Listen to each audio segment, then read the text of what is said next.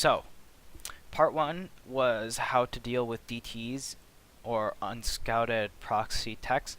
Sorry I wasn't able to just specifically zone in on how to deal with DTs because the concept of dealing with DTs kind of applies to all unscouted tech of the Protoss player. So, but I did try to keep it as specific and as on topic as possible. So hopefully I'll be able to do a better job on this part. So stepping into the game, we have a PVT on Yansu. Good two-player map. Happy to see it go out of the map pool though. It was getting a bit stale. It'll be really fun to play on all the new maps. Like we have a 3-player map, we have a really big 2-player map, and then we have a 4-player map with different spawn positions. So really great variety coming into play by Blizzard, adding all these maps for the new ladder season. So we'll be seeing a lot of new interesting strategies in the upcoming months. Alright, so first thing that's important to note, my SCV saw all 3 pylons. Very important. So you know that there's not going to be a proxy 3rd pylon anywhere on the map. Now, it's up to the Reaper to get some scouting information. Oh my god, that's horrible. Alright, and it sees a Nexus going up. And strange, this Nexus is going up, what was it, 540-ish? It went up at 540. No, 440. That's about the time that a Nexus would go up when you're doing 4 gas. If it's later than 5 minutes, or like 4:55 and 5 minutes plus, then you know that that's pretty much the only time that a Protoss player will expand when going DTs. It's just a really big tell that you don't know for sure, but you can narrow it down to a couple things if you see a Nexus that's late. This Nexus isn't necessarily as late. My Reaper just scouted it a bit late because it was dealing with the probe. But I do look around. I don't see anything, sadly. And unfortunately, the Reaper ends up dying. So I'm not going to be able to prepare for this proxy. No, not even a proxy. Just this regular DT drop. So, Engineering Bay going up at a normal time. And I'm getting a fast +1. Really good pickoff, being able to get those units. Doesn't happen in all your games, but it's a very good feeling. So this push right now with the Marauder and submarines, you can either do it with the concussive shell or you don't have to do it. But if you do, like Maru likes to do it with concussive shells because you get to pick away at... I was going to sneeze there. Sorry. Alright, if you do it with concussive shells, like what Maru likes to do, it forces the Protoss player not to be able to kite against... Oh, sneeze doesn't quite want to come out. Alright. Anyways, if you get concussive shells, it forces the Protoss player to not be able to kite these units backwards, which is kind of a small little bonus. And if you catch any units with your Marauder, it's an instant kill. It's kind of nice. But what this poke is doing is it provides scouting information at about 7 minutes and 30 seconds. This is about the time before Blink Stalkers would hit as well. The only time you wouldn't do this is versus Oracles, but since my Reaper already scouted all 3 pylons, I knew that he was delaying his tech, and that there was no Stargate, and there was no proxy Stargate because all 3 pylons were safely in the base, so this attack is safe. You can basically do this little push out against anything except for Oracles, because you need these Marines at home to defend versus the Oracles. So, I'm really good at focusing down the mothership core. It's it's like a slow unit that Protosses don't really pay attention to, and if you can get a mothership core snipe, then it'll prevent the photon overcharge from being able to go down for a really long time. But really, the big thing that you want to get out of this is to force out a photon overcharge, then usually leave. But I decided, and I usually do this as well, to just poke up the ramp, and if he doesn't have a sentry, I'll just walk into his main base, but if he does have a sentry, then I'll lose like another unit or two, but then I'll walk out knowing that he had a Sentry and still forced a Photon overcharge, so it's a good trade. So anyways, I'm able to go into his base, and lucky for me, I end up seeing a DT Shrine.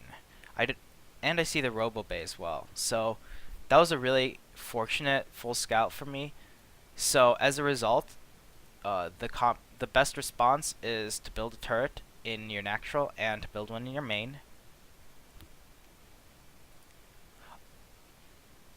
However, I save up some scans before I build the turret. That's also very important to have at least one scan saved up, because even if he like does a DT drop, he might be able to still like snipe off your add-ons and stuff. So it's really important to have a scan available for different areas of your base that you can scan and try to kill where the turrets are not covering. Alright, so now the drop is coming in. The DTs are walking through.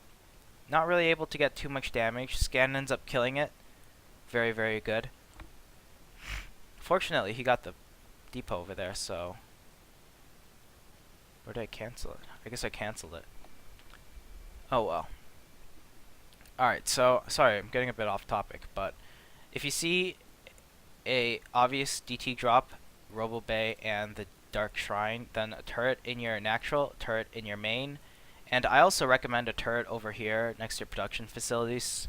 That way you won't have to save up for scans at all, or you won't have to save any scans, but if you don't build a turret here, then just save a scan, because if he does snipe one of your add-ons, it's very annoying, and it could be game ending, especially if he snipes the stim before it finishes. Because the really important thing to be able to punish DT play, like if you don't have a turret next to your add-ons, then you have to have a scan saved up so that he doesn't snipe these really important add-ons. Sorry, kind of like buzzed through that. Alright, so there is the DT, and I see it. It also attacks the Marine as well. So it goes for the add-on that's researching stuff right now, and then it goes for the reactor on the starport. So, very good that I had a scan. If not, then I would have lost the reactor and or the tech lab as well.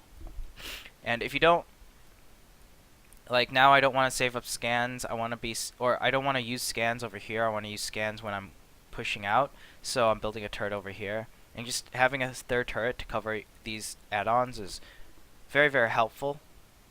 So versus DT drops, a total of 3 turrets, and also saving up like 1 to 2 scans. Probably just need 1, especially if you have 3 turrets in your base, because you don't want to over-defend against them. And now, this is kind of like, I guess even, but not really even anymore, because I was able to do a lot of damage. I sniped off 2 Colossi with the Medvacs. Basically, though, it transitions into a normal game after the DT drop is done and over with. So, by being able to scout the DT drop, like, this is the best case scenario where you're able to scout the DT drop. The minimum amount of defense you need is 1 turret in your natural, another turret in your main, and then highly recommended a 3rd turret next to your production facilities. And you also want to save up a scan as well, or like just 1 scan, because you can have a scan to be able to get the areas where the missile turrets are not going to be.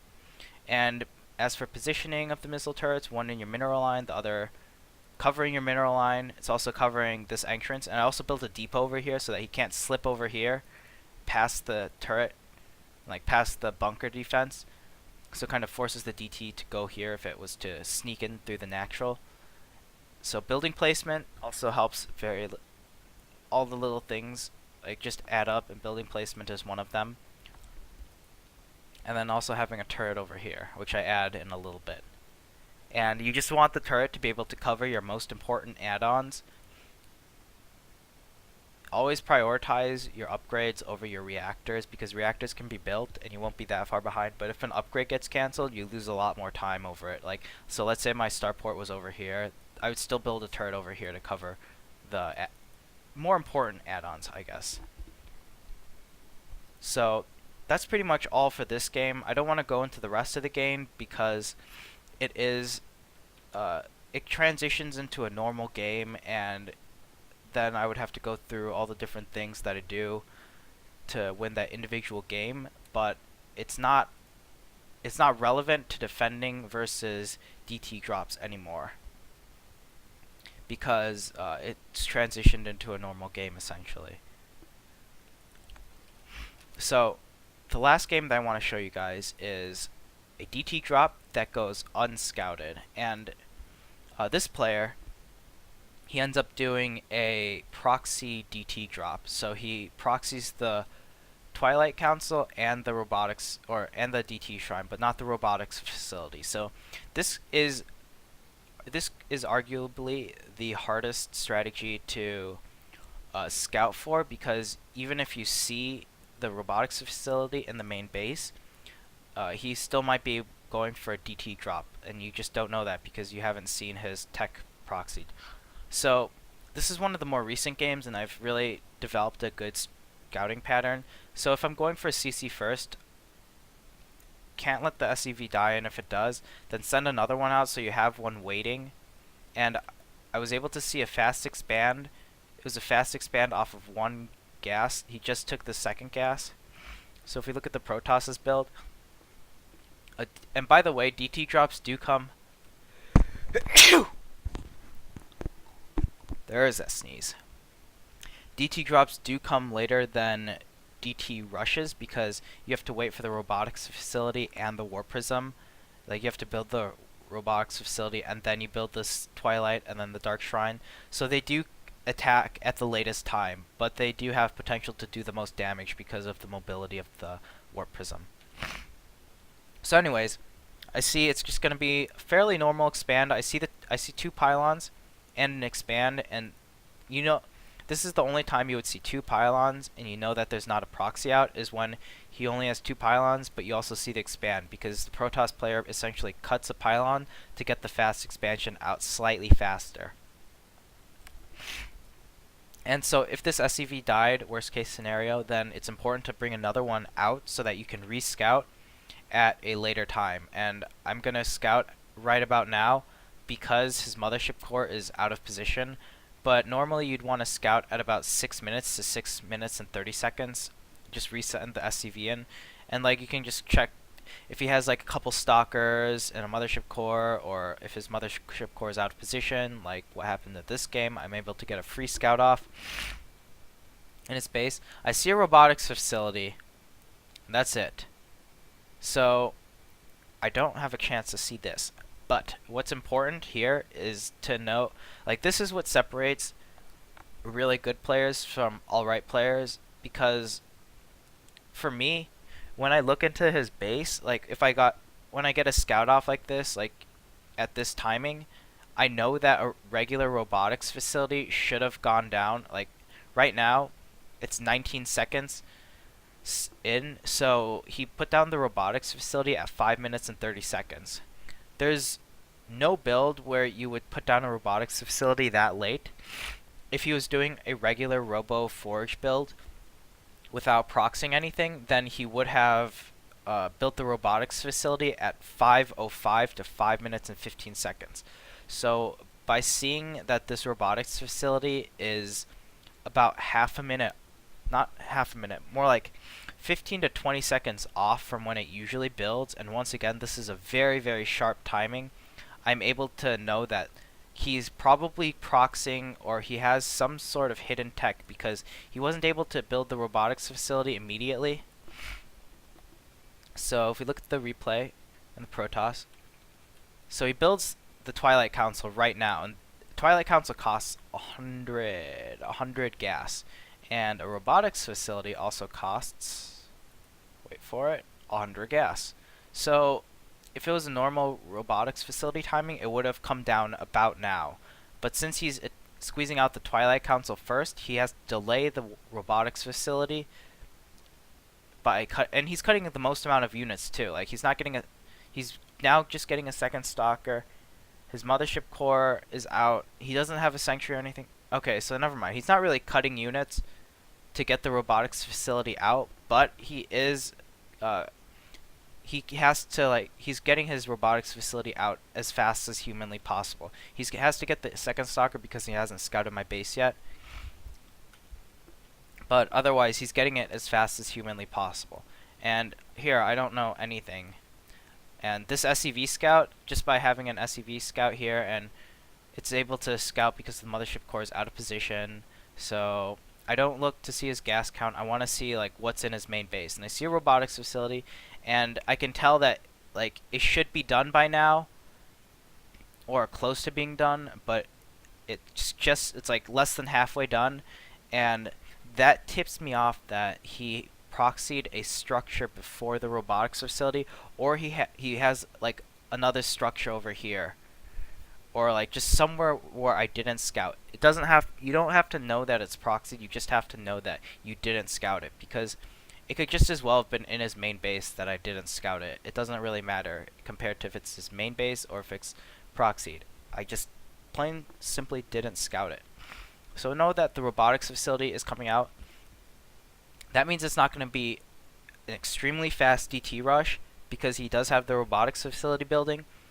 But the next logical thing that could be is a DT drop, because there's no reason why you would get like a Stargate and then a robotics facility, or like a forge.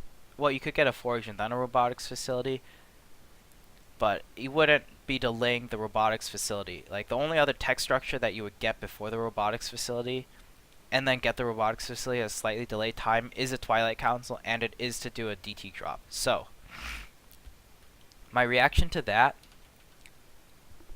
is to build that ever so important turret, and I'm going to be saving up scans. See? I'm saving up them scans at least until the turret is done. And I'm fortunate here to have gone 3 command center, and going 3 command center against a DT build gives you an advantage because you do have 3 command centers worth of scans, first of all.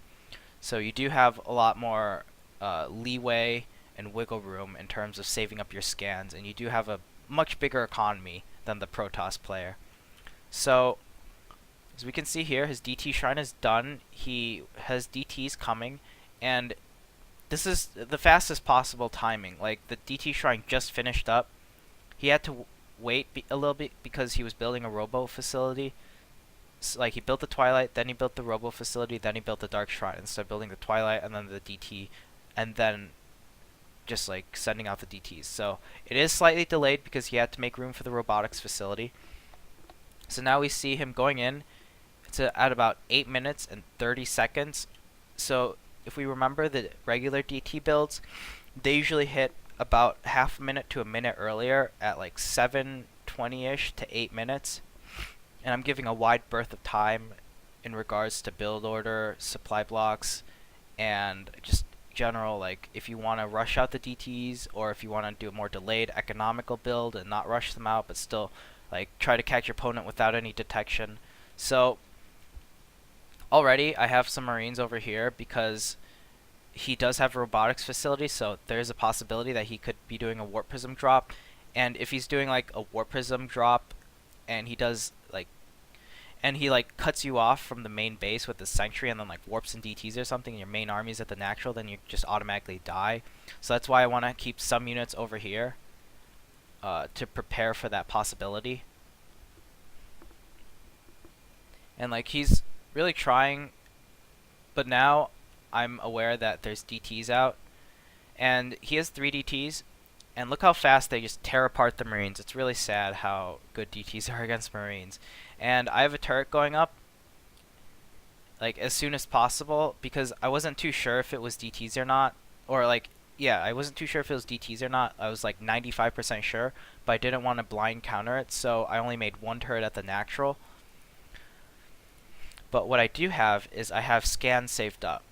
So it's really important to have scans saved up if you have not scouted his tech. Like, if I scouted the robotics facility at a normal time, and then like I saw a forge too, or I saw like a starport and then a forge, or I saw like any other tech structures, then I know that it's not going to be DTs, and I don't have to save up my scans for it. But for anything that you haven't scouted, then you have to save up for a possibility of it being a unscouted proxy DT tech. So it's essentially blind making some cuts to your build so that you can factor in the fact that you haven't scouted. There's like a possible tech that you haven't scouted based off of the normal tech timings of the buildings that usually come. Like, since I was able to see that the robotics facility was like 20 seconds later than it usually is, then I knew that there was something fishy about his play, and he was doing something not normal. And a DT drop is definitely not normal. So going back to the game, the DTs do end up sniping the turret. Sadly, they're really good units, but this turret over here. Oh, before that. So this player smartly splits up his DTs. He has one in the main, one attacking the tech lab, and then another over here into the natural. So he splits them up for maximum possible damage. One thing that I did here, like, you want the most important thing for when this happens, like when DTs are in your base and you're in panic mode, is to like just surround the DTs. And I'm able to do this here with the SCVs and the Marines, so that DT is not able to escape. And then, unfortunately, or fortunately here, he goes into the mineral line, and I'm once again able to surround him and kill that off. And it's okay to surround him with SCVs if you have Marines friendly firing. The main purpose is that you don't want the DT to escape out of range of the turret, like over here or something. Or like out of range of the scan if you scan and the DT just walks away. That's the worst feeling ever. So if you can surround it with SCVs and then like scan and then kill it, that's great. And now here, unfortunately, he's killed my tech lab. I didn't have a good enough reaction time, but I'm going to be able to kill it. Just barely, though. Like, it's his fault. Well, like, not even his fault. There was a turret here, so he would have been dead either way. But he almost ran out of range of that scan. So that's why it's very important to try to get the best surround as possible, because DTs are fast units as well. Like, look at that. He almost got away. But even he wouldn't have... All he would have been able to do is get a depot, really, because the turret was there to protect me. So that's good. And then I'm able to scan again.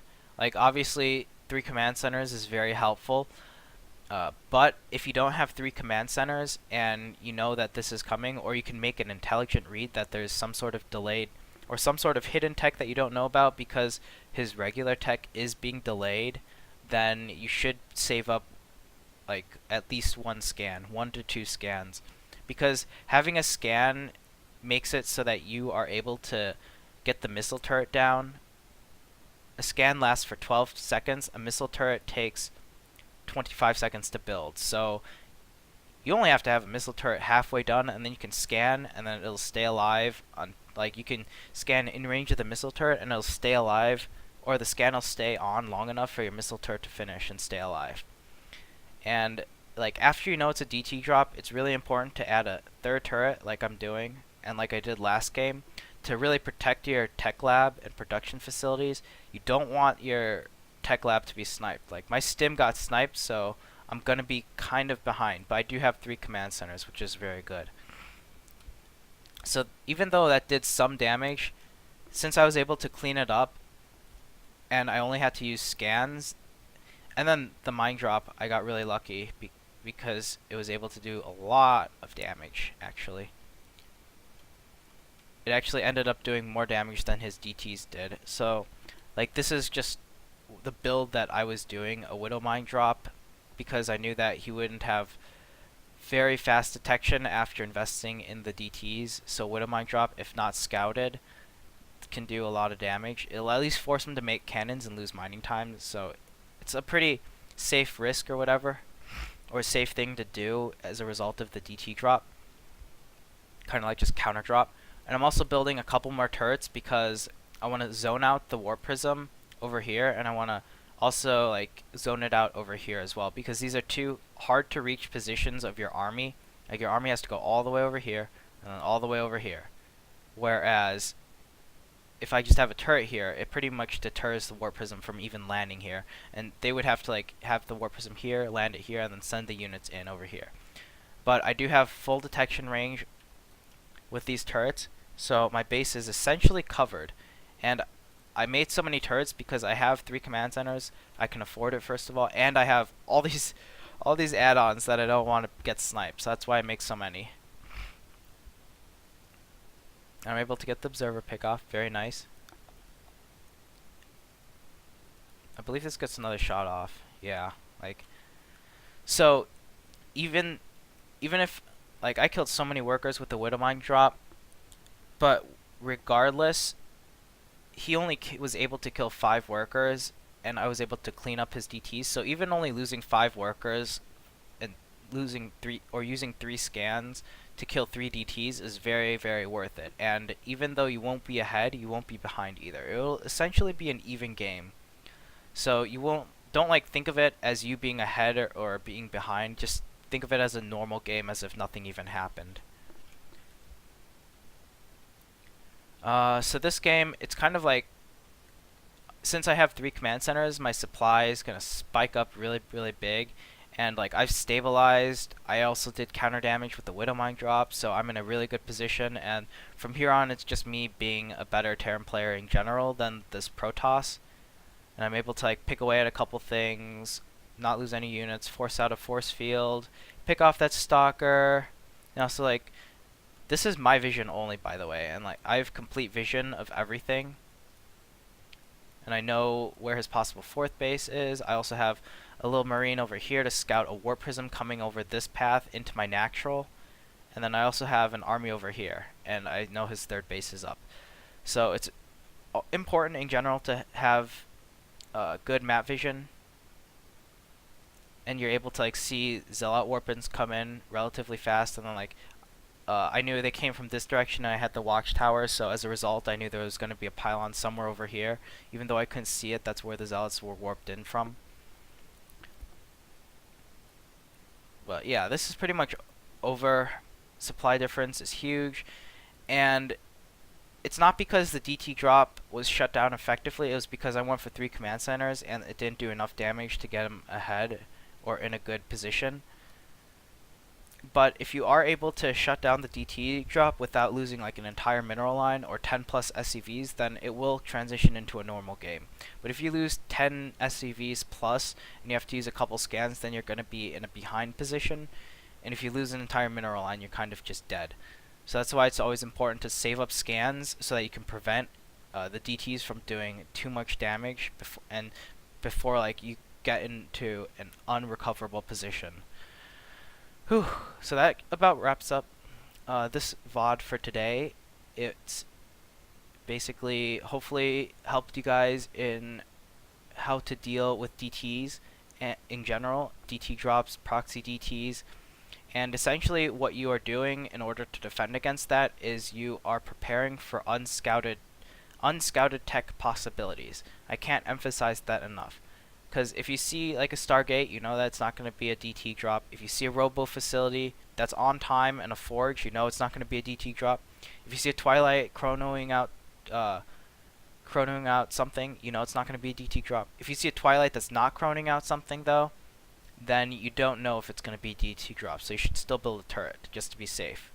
Stuff like that. And if you don't see any tech at all, then it could be a DT drop, or it could be a DT expand, or it could just be DTs in general, so you have to add a turret to be safe earlier than you normally would.